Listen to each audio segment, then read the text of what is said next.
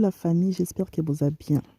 Tout l'homme qui n'a tongo, non c'est là-bas un petit déjeuner, non tartiner les bango au chocolat, na ba pain au lait.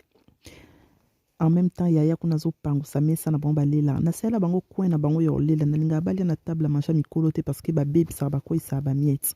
A pango si na moment bango bazo zo petit déjeuner na bango na yo repasser les bango bilamba.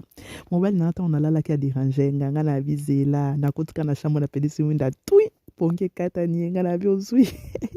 Atombo ki fo biso couple na biso to na rando mona ebisio pardon. Abi na ngazi ana uzo yo ngana binga na zuyo.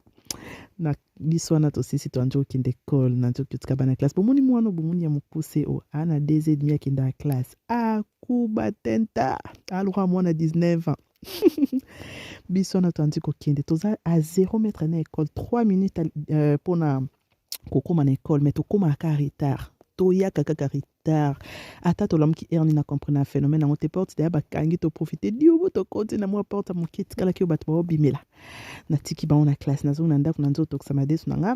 na toksa na tia mafuta mbila na tia ai na tia matungulu na tia feuille de laurier na tia mungwa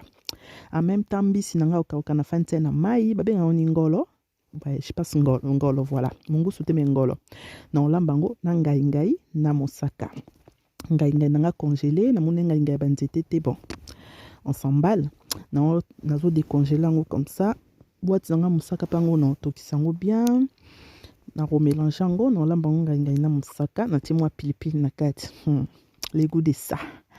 madis nga na tokisa wana na kutia ngulu na kati na linga na tia ngombe mena yo tala bo ngombe zate ngombe na tikale na sela ki on ba brochette ngulu ngo na décongeler na kati na ba mosa mikemike na tokisi yango à côté après na koya osangisa ngo siko na madeso ale na sali sauce nanga wana ba papier o bambaila biso soto sombi na ba boucherie wana na longoli yango voilà na isko ko sa moi ménage nanga ndako ezatikal tellement libre papa zate bana bazate na bina salle un peu ménage à fond tellement na sali télé le jour nanga pause nga so na ndako na linga vraiment ndako eza et dégager fraîcheur na linga ba complémenter so na mona bifunda biloko likola ba kiti na se non ka étouffement nga linga manda ko penza ko ozoka pa mo pepezo circuler librement nga na nzo komba tapi nanga na linga sous tapia ba poil te pour éviter ba miettes ko aspirer tout le temps j'aime pas trop aspirer tapi ya plat boy c'est mieux lekisi ka kombo na yo mambo sili nango so pe ba carrelage na yo za na tâche te ozo pas obligé avec ça servir te pour déjà combi na yo donc voilà nga wana